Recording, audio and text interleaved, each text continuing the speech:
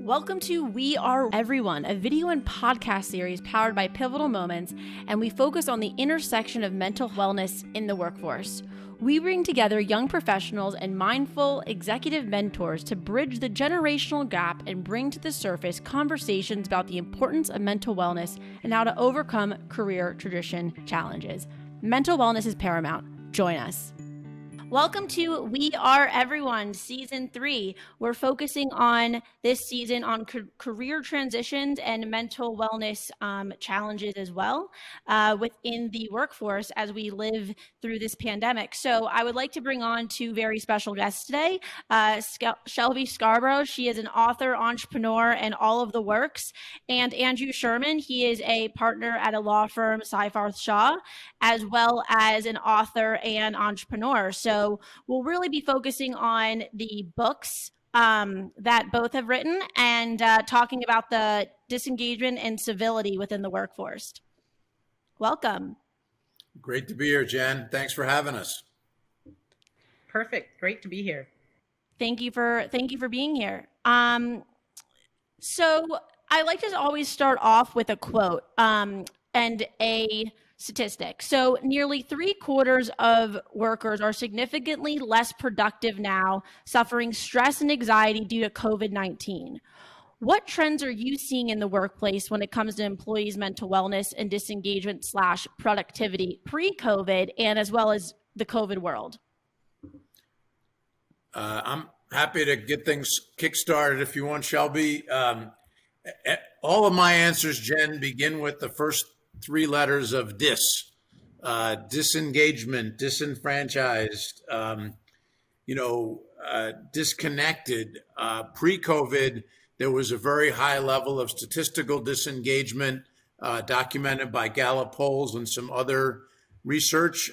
Shelby and I began collaborating around that problem many years ago. And as we noticed it both in small companies, big companies, high-tech companies, low-tech companies, people did not feel a connectivity to themselves.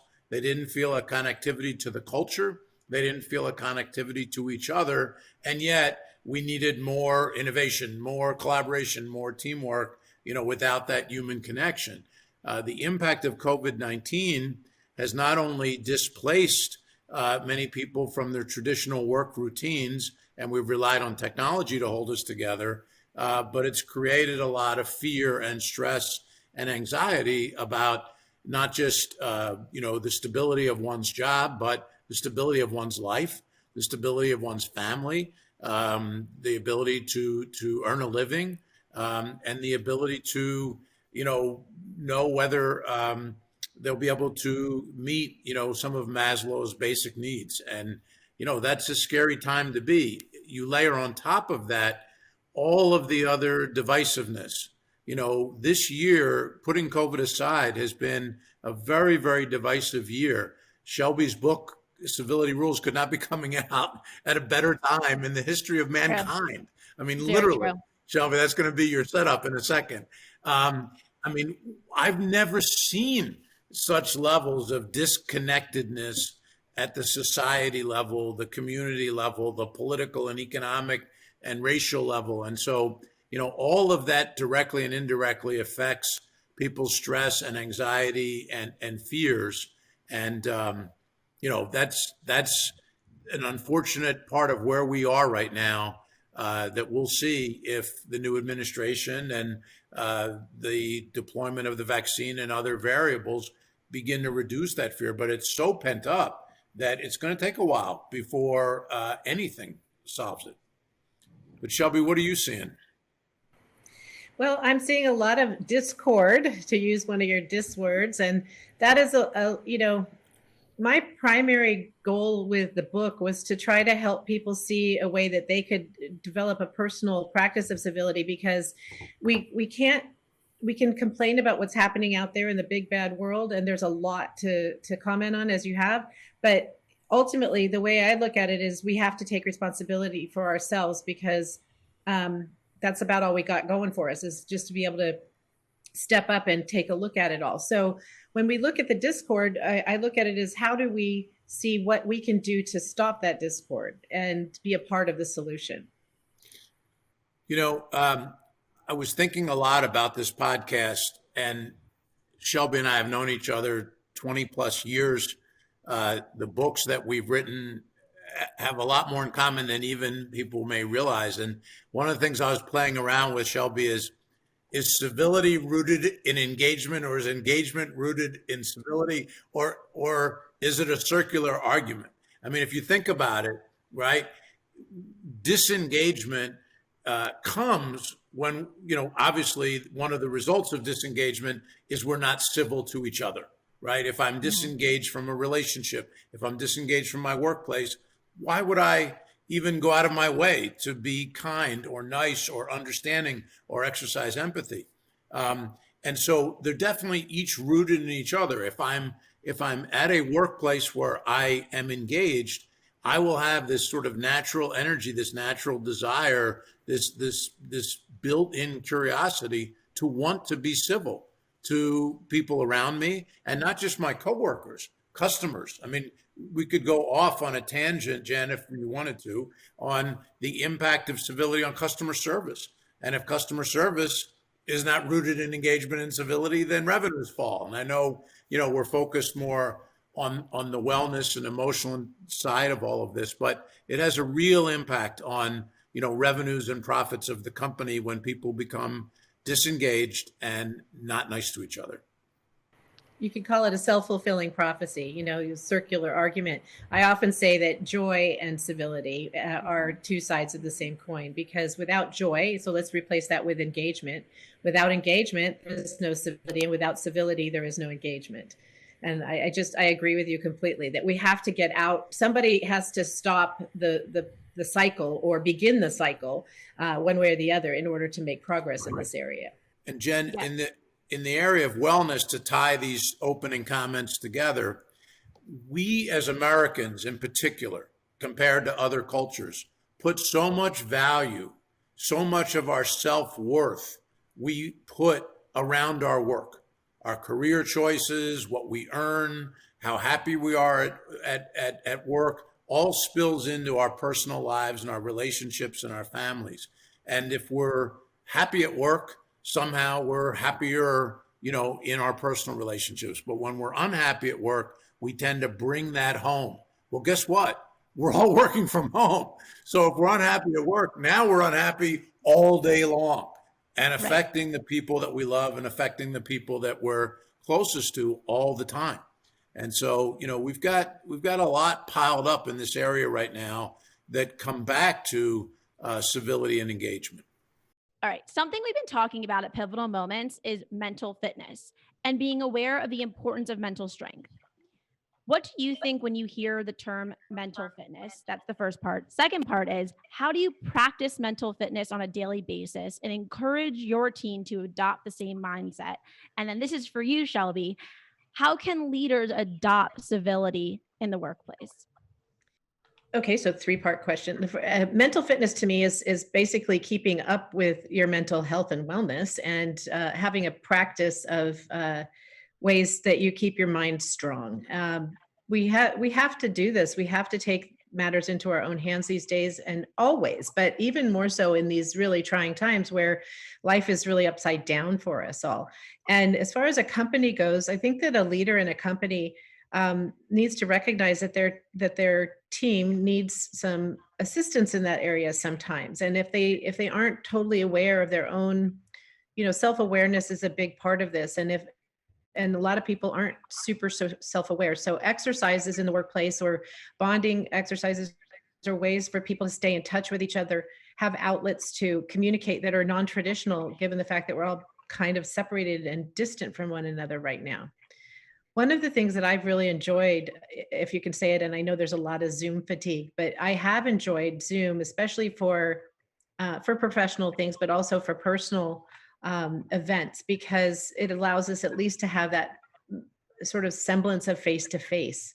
And, being human beings, that's really important for connection.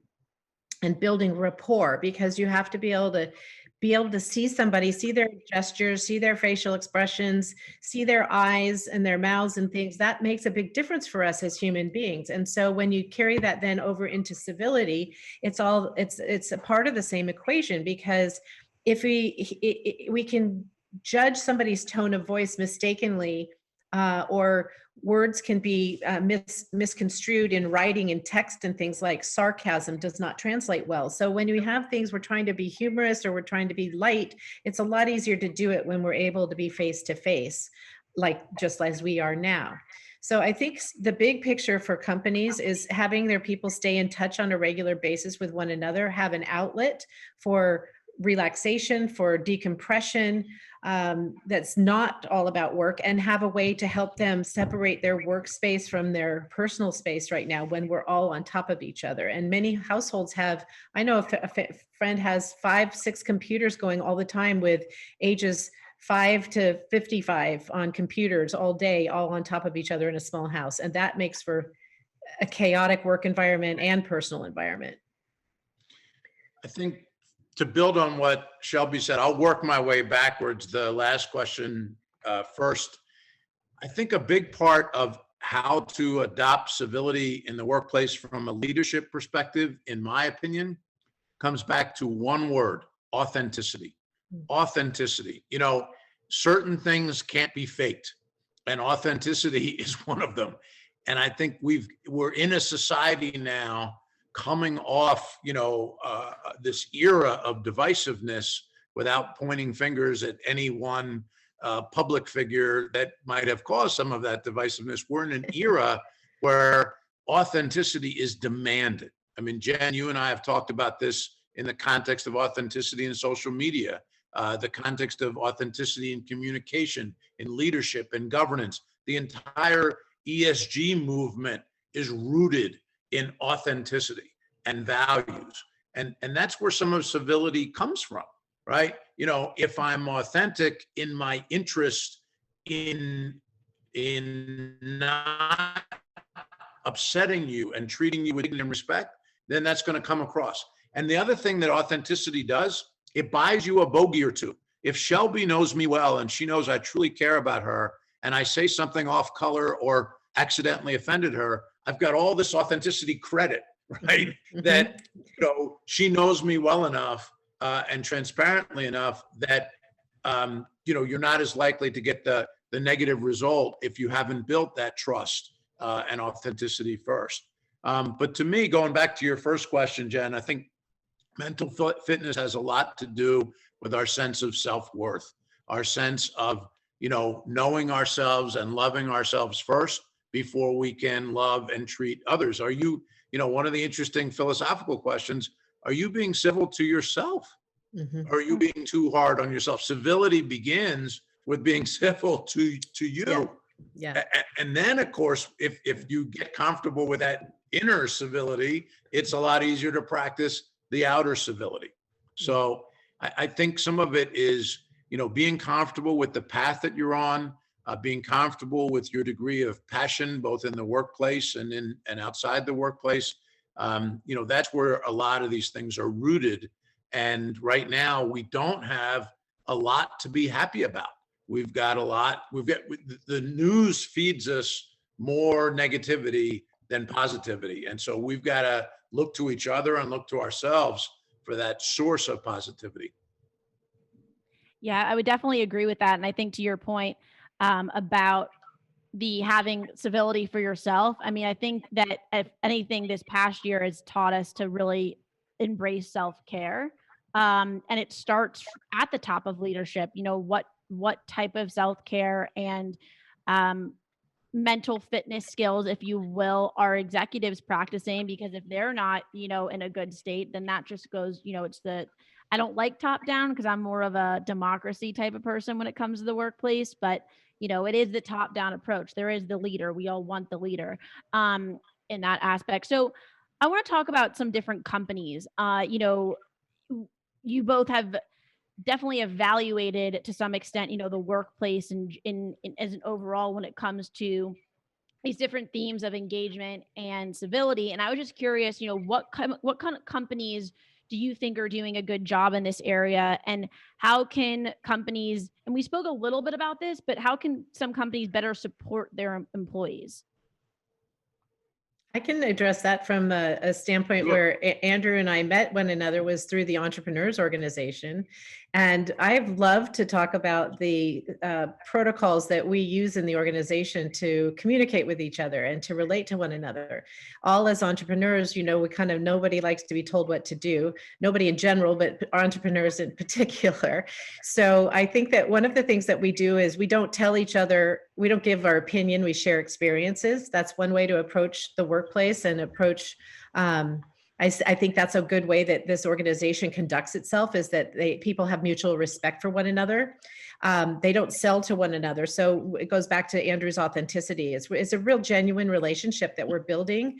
And we don't try to, we do things in our meetings where we don't talk over one another. We, sort of the old idea of a talking stick, there's one person has the talking stick at a time. So there's some real practical, pragmatic, tactical things that the Entrepreneurs Organization has as part of its ethos that really helps it be a bonded community. And I think Andrew's very familiar with it. We both lived through it, and we both try to bring it into practice in our own realms as well. Yeah, I want to reinforce one of these points. As a professional service provider, I've been giving advice for 34 years. And when I first was exposed to the rules of forum, which is what Shelby's referring to, it really took me for a shock, because here I thought giving advice was a good thing.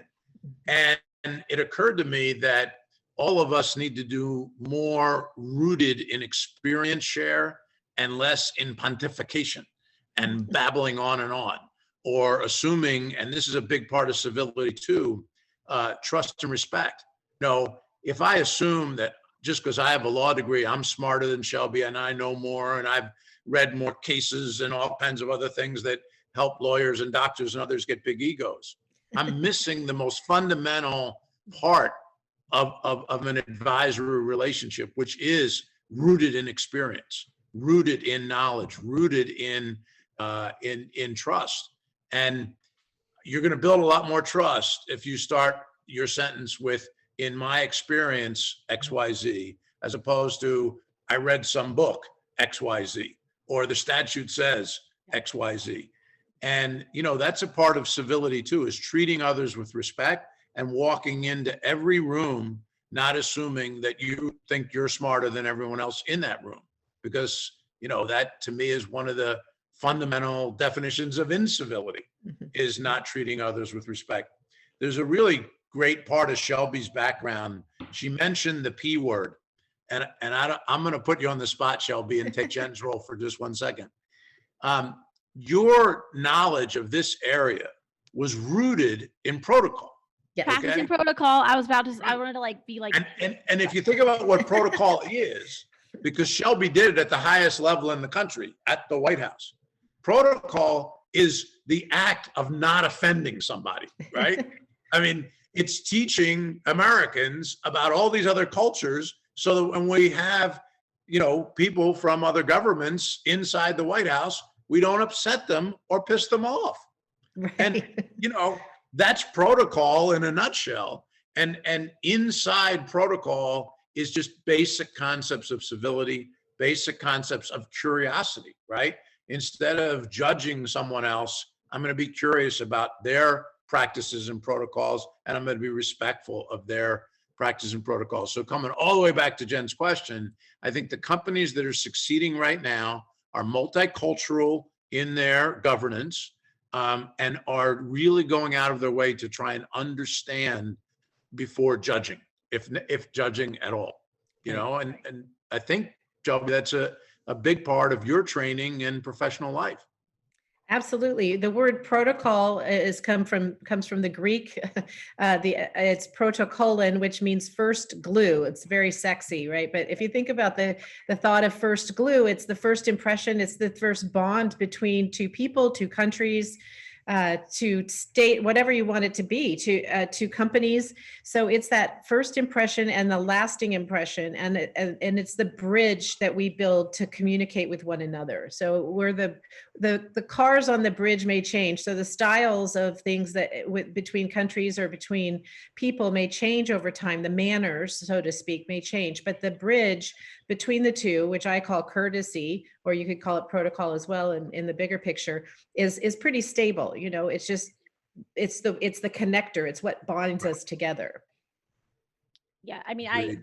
I think that, you know, I like the word protocol. I think these days protocol kind of makes me feel a little more safe, because it's like these are not, it's not the rules. It's the protocol. It's a little lighter for that. And I think two, just to, before we go into the next question, which is my favorite question, or topic, if you will, is thinking about when you are not walking into the room, because someone as the millennial in the workforce who loves social impact and doesn't like to be told what to do, when I walk into a room and I can have a conversation with someone who's either younger or older than me, is something that is really refreshing, because I think all of us, no matter what age, have a different sense of perspective. And I think perspective and experience really is what you can provide. So going into I'm a little conflicted on that last statement, since I know that you don't like to be told what to do since you were about 2 years old. And then look where am I? I mean, I'm now, 28, It's all good.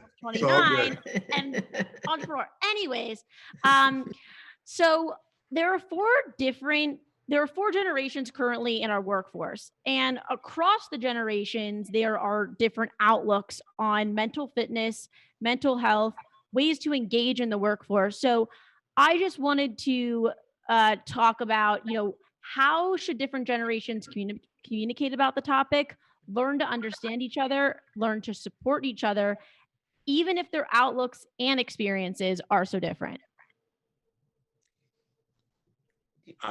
I'm happy to start. Okay. So first of all, I think that the four generations that are sitting in the workforce right now are not as different as we perceive them to be. I think we sometimes exasperate the differences in a finger pointing non-civil kind of way. The baby boomers will point to the millennials and have all kinds of negative terms that are thrown around, and the millennials will point to the baby boomers, and then you have these shades of gray along the barbell for the 40 somethings that feel kind of in between. In anticipation of this question, Jen, I saw something that affected me a few weeks ago when I first saw it. I saw it again today on Instagram. So I actually printed it and I'm going to read it. I don't normally read things on a podcast, but this is short and it addresses your point. Okay. An old Cherokee told his great-grandson, "My son, there's a battle between two wolves inside all of us. One is evil. It's anger, jealousy, greed, resentment, inferiority, lies, and ego. The other is good. It's joy, peace, love, hope, humility, kindness, empathy, and truth." And the young boy thought about it for a while and says, "Great-grandfather, which wolf wins?" And the old man quietly replied, "The one that you feed. The one that you feed." And so, there are two wolves inside all of us across all generations, young, old, advanced in technology, not advanced, educated, uneducated, whatever it may be.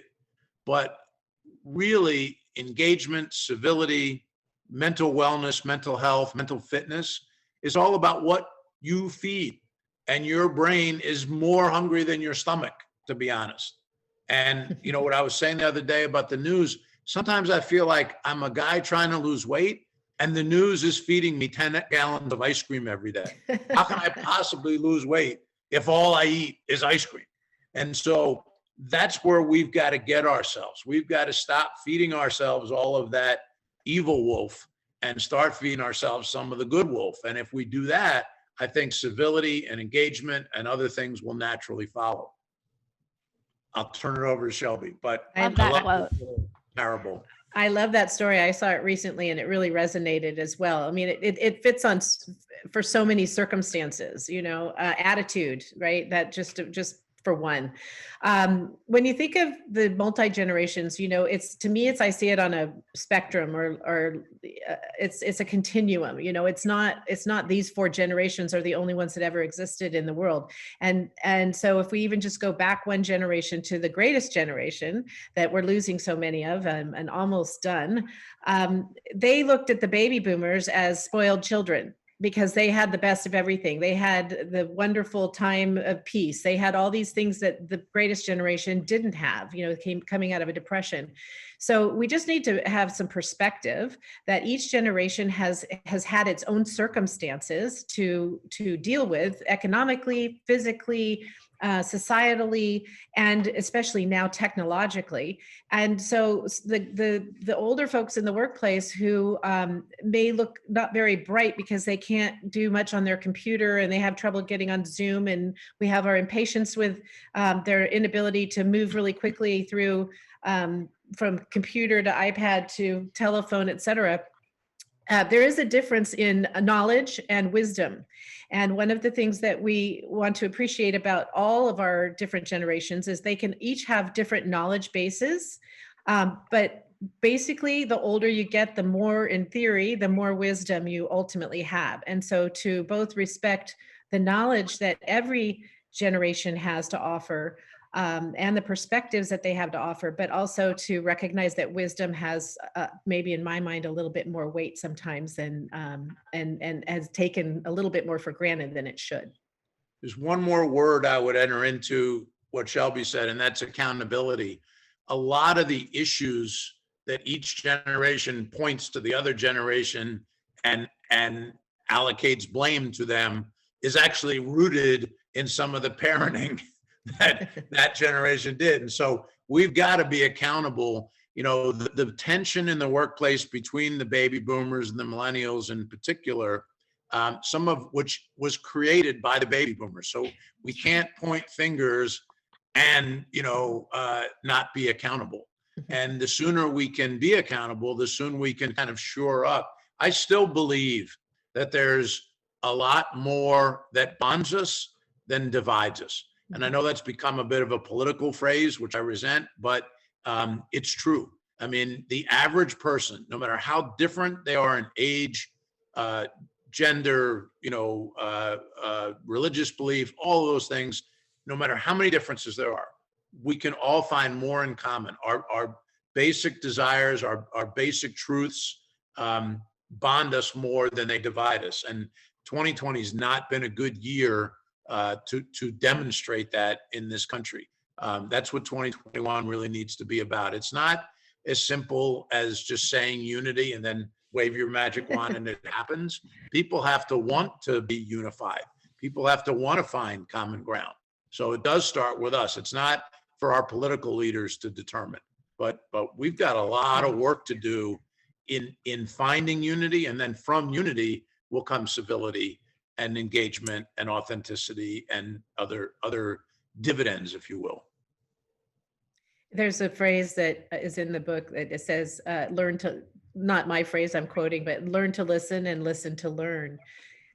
And we've lost a little bit of that, which affects our ability to get along well together because we're not listening to each other. We're wanting to, like podcasts. It's always awkward in podcasts because we're trying to get our points across. So that's sort of the opposite of what we're preaching here. But the idea is that we're trying to learn from each other. And I learn from Andrew every time he talks, and I love to hear his perspectives on things. It struck me during the inaugural speech of President Biden, when I kind of joked that if I put my book out today, people would think I'd plagiarized his inauguration speech, because he talks about all of the things that I talk about, all the values that I talk about in the book. But I wondered, when people were listening, if they were thinking, yeah, they need to be more civil. Yeah, they need to be more nicer. They need to show more respect and dignity. And then whatever, insert political party is saying that about the other political party. And the irony there is that we need to be looking at ourselves. Yes. What you just described is what we call a pronoun problem. The pronoun they is the problem. Yes. Well, You, we they, can't really, you know. we can't really send like see that these days we can't. The pronoun problem is it gets a little wishy washy. So it's like, Yes. That's even more in complicated. retrospect, sure. I had to redefine the pronoun here as like the millennial coming to talk with them. But no, it's a really good point. Industry noise, if you will, within my business. So it's not that I just decided to block out things that I did not want to listen to. It was very hard to block out things you did not want to listen to in 2020. And so everything was very amplified. Having said that, I like to always say that and I've said this on multiple podcasts, is that it's a pimple that finally came and it had to erupt. And that's what happened in 2020. So all of this conversation has been there this whole time, but now we all had to listen to what's been going on. You think we can fix this whole thing with some zit cream? Is that what you're saying? I think we're going to need a lot of zit cream, and maybe like some multiple rounds of face masks, maybe even Accutane. Not a technical endorsement, but that's a strong one to get things out. So, I mean, if we want to, right? I made a joke the other day on a radio program I was on. I said, hey, when they're handing out the COVID vaccine, can they stick just a little bit of Gorilla Glue in there? Because we're so fractured. We need a shot of Gorilla Glue and COVID vaccine to bring us closer together. Exactly. But I do think, there's a lot of misunderstanding right now that if we could focus on addressing, I don't know that it's as severe across generational lines as it is against the other things that divide us. The generational lines are not helping. And what COVID's done is it's exasperated this whole reflection of, am I on the right path in my life? Am I doing the right things? At our age, I'm lumping Shelby in with my age, but we're the same.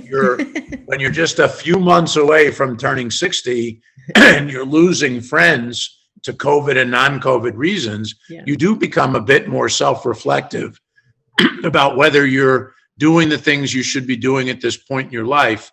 And if you're not, then you begin resenting, either your coworkers or yourself or the job that you're in and the choices that you've made. And it's very hard to be civil to somebody else if you're busy beating yourself up about your choices. And so I think COVID has forced a lot of people to look within themselves. The benefit, Jen, of your generation is you're getting that perspective at age 30 instead of age 60. And you are in a better position to make good choices. We can't dial back 30 years the way that, someone much younger can. So I think it's going to be fine. I'm still very, very bullish and optimistic. But I think 2020 was a year of fracture. 2021's got to be a year of putting Humpty Dumpty back together again. And then 2022, wow, the sky's the limit. Another interesting thing, I never thought about this until somebody said it the other day. When we had the last pandemic over 100 years ago, it was followed by the Roaring 20s. I mean, the most fastest growing portion of our country's history economically. And there's a very strong possibility that history will repeat itself. If we can figure out how to get all the fracturing events of last year fixed, we could be setting the stage for another Roaring 20s. Now, hopefully it won't be followed by what happened after the Roaring 20s, which is the Great Depression, but maybe we can learn from that this time. But we really are setting the stage, and engagement and civility and authenticity and transparency are all going to be required pieces of the foundation for what could be, another Roaring 20s 100 years later. There's an interesting balance, I think, that needs to be drawn between mental fitness and self-indulgence. That we need to take care of ourselves for the other people in our lives as well as ourselves, and we need to have a selflessness and a graciousness about our world that requires us to be our best selves, and bring that to the table versus a more selfish or self-centered, I should say, look at, well, I need to, from a tactical standpoint, I need time off because I need to go work out because it's important for my physical well-being. Well, I know people who get up at 4 a.m. to work out because they're required to be at work at 6, et cetera. It's not such a, it's a responsibility. It's not a right, I guess is what I'm saying, is that we need to take it as a responsibility to be our best selves, and there are so many opportunities for that now with even Zoom and texting with psychiatrists now, instead of having to go to somebody's office. There's all sorts of ways to do that, physical activity, those kinds of things. But it helps our humanity to be our best selves, and it helps us with civility along the way. But sometimes there's this misunderstanding maybe that taking care of ourselves is just about looking out for number one, and it's really about being part of the ecosystem and bringing it to the table, bringing everything to the table. Can I add one more point to that? Of course.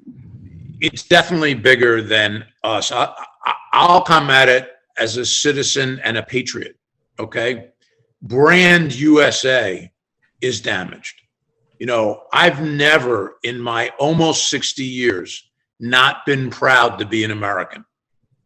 And I watched that TV January 6th, and I was like, oh my God, what is the world thinking of us? We are up on such a pedestal in so many places around the world for all the things that we've accomplished, tangible and intangible. And our brand is damaged. People are not looking up to the United States in the same way they did a short year and a half ago. And we'll be back. But to Shelby's point, we not only owe it to ourselves for mental fitness and mental wellness, we owe it to each other, but we owe it to our country.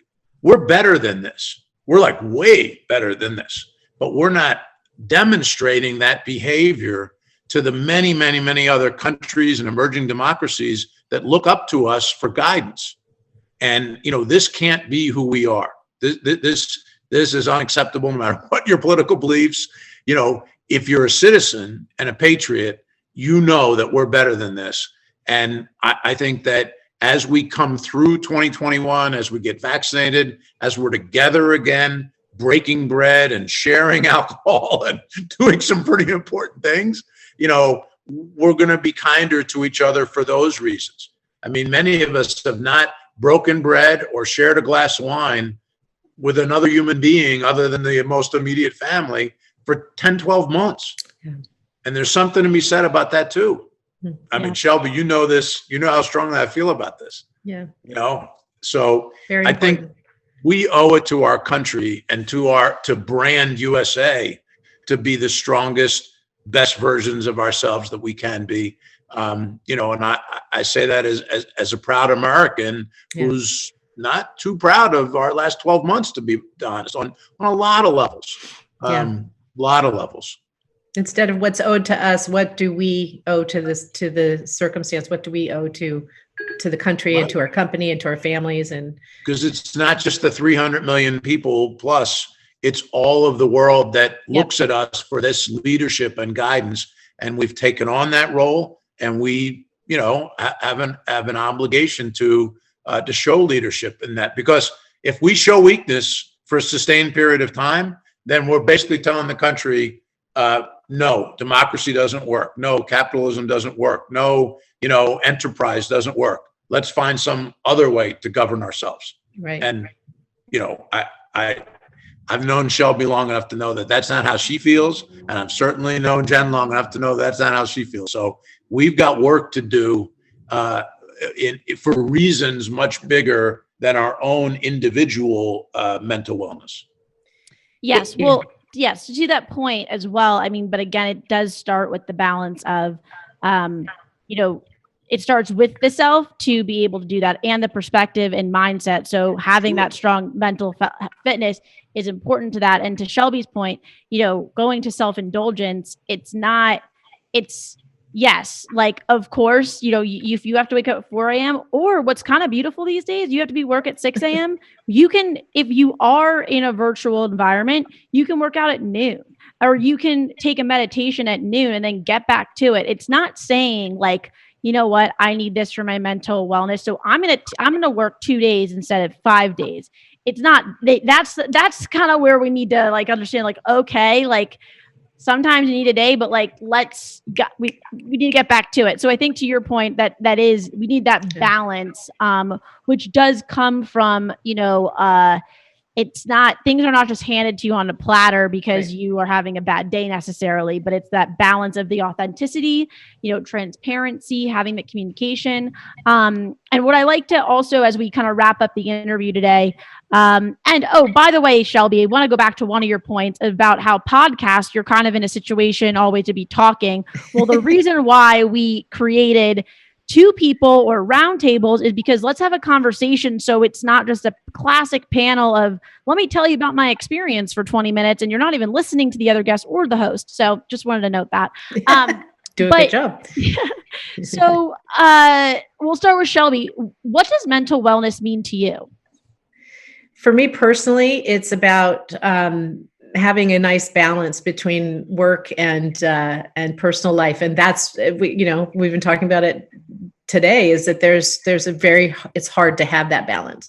So it's about taking time out, but keeping up with my responsibilities, but making time to do exactly what we were talking about: reflect, exercise, eat right, try to stay conditioned and things like that, because I want longevity in this world, and I want to be around for the people who I care about and who care about me. And where Andrew and I are at a stage in life where it does start to become really important. It starts to become, we see that we can see the distance. It's getting closer, and we have a greater appreciation for that than we did probably in our 20s and 30s.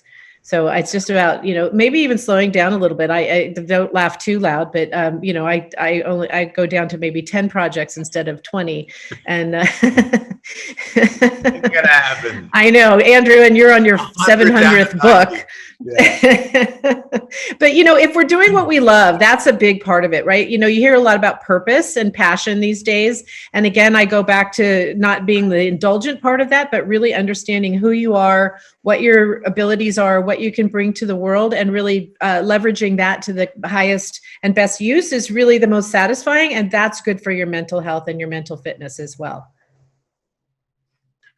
I think for me, Jen, my answers changed a lot in the last 6 months, because I've spent a lot of time thinking about this question. And, one of the books that influenced my life the most was a book by Ayn Rand called Atlas Shrugged. And the notion of Atlas Shrugged is that you're carrying the weight of the world on your shoulders. And if you were to shrug, the world would just fall down. I've earned my living and achieve some modicum of success by having probably one of the highest degrees of empathy of anyone I've ever met. And I've realized that my mental health is because I care too much. I'm in a perpetual state of caring for every single client, every single friend. If Shelby's upset, I'm upset. Jen, if you're not doing well, it's on my mind. I've got, a few hundred people, if not more, welfare on my mind at all times. And what I'm redefining mental wellness as, mental fitness as, is how do I worry about the people that I love? And how do I worry about the people that I care about without driving myself crazy? And I haven't found an answer yet, but I at least figured out the question. And I think what's been affecting my stress and anxiety for 35 years is I really, really care about all my friends and all my clients and all the people that are kind of in my ecosystem or network or whatever you want to call it. And I know this sounds crazy, but I might care too much. And I'm trying to find the balance between caring for the people that I love, but also caring for myself, because you'll never sleep at night if there's always somebody that's got a problem that you can think about if the problem isn't your own. And that's a tough one. I haven't figured out the answer yet, But I do think that, especially this year, what I'm describing is a phenomenon that a lot of people are suffering with in terms of their mental wellness. Is, you can't sit and watch CNN with the numbers going up. From the time you went to get a beer out of the refrigerator, another 100 people died without feeling that. You don't want to become, neutered to those feelings. But if you feel too much, you'll never sleep. Yeah, well, I sense another book coming on, perhaps. Maybe Could be.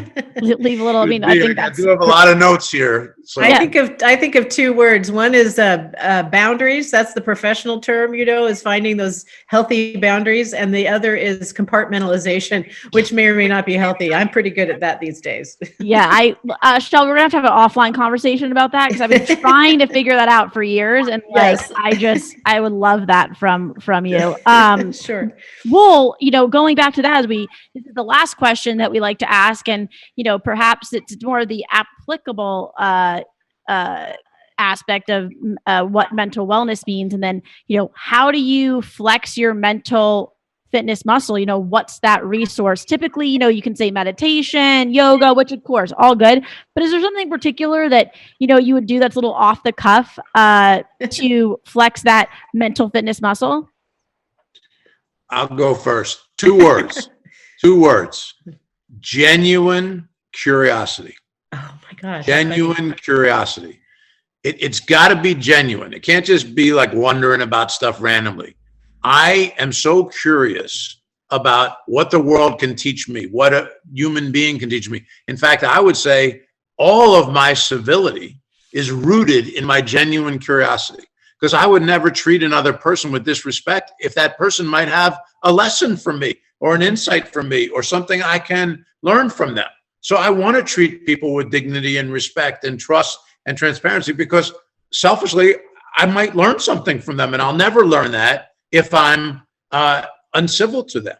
And so I would say my biggest weapon is I am a very genuinely and naturally curious person. I'm the little monkey in Curious George, and I'm always, wanting to know more information.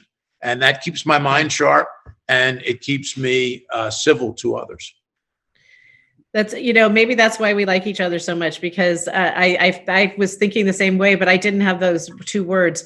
I was thinking that the way that I step away from things is, some people go for a 20-mile run, or I like to spend time with friends and food and wine and friends. I'm in Napa Valley right now, and it's a perfect lifestyle for me. But intellectually, when I'm by myself, I look up all sorts of weird things and I try to learn. I'm learning about e-commerce. I learned about, you name it. I'm trying to understand Clubhouse now. So I try to bend my mind, exercise my mind in ways that, that gets me out of, a standard way of doing things, so that I'm constantly flexing that muscle and keeping myself mentally stimulated as well. I'm trying to take better care of my body. I just finished Pilates today, and I like that kind of stuff, and I'm getting stronger that way. But really, the intellectual stimulation is really high on my list. And it goes right to what you're saying, is curiosity about what the world has to offer.